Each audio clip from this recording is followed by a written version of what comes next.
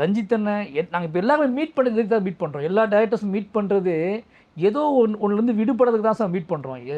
அதிகபட்சம் ஒரு 10 டேஸ்க்கு ஒரு மீட் பண்ணுவாங்க எல்லாருமே.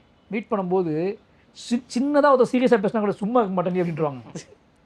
எல்லாத்துக்குமே பிரச்சனை இருக்குது. ஆனால் அன்றைய நைட்டை வந்து சார் ஒரு நாள் ஃபுல் நைட் பேசிட்டு இருந்தீங்களா நீங்கள்? வாழை சக்ஸஸ் மீட்டில் சக்ஸஸ் மீட் தானே?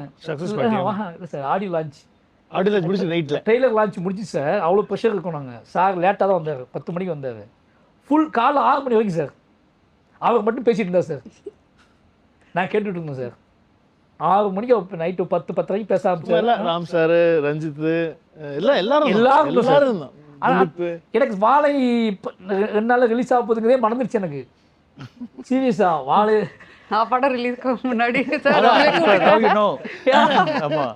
அவ்வளோ ஒரு சின்ன ரூம்குள்ள அவ்வளோ டைரக்டர்ஸு சார் பேசிட்டு இருக்காரு. அந்த பண்ணலாம் இருக்க வெளியே சொல்ல முடியாது. அப்படி அது என்னன்னா இன்னசென்ட்.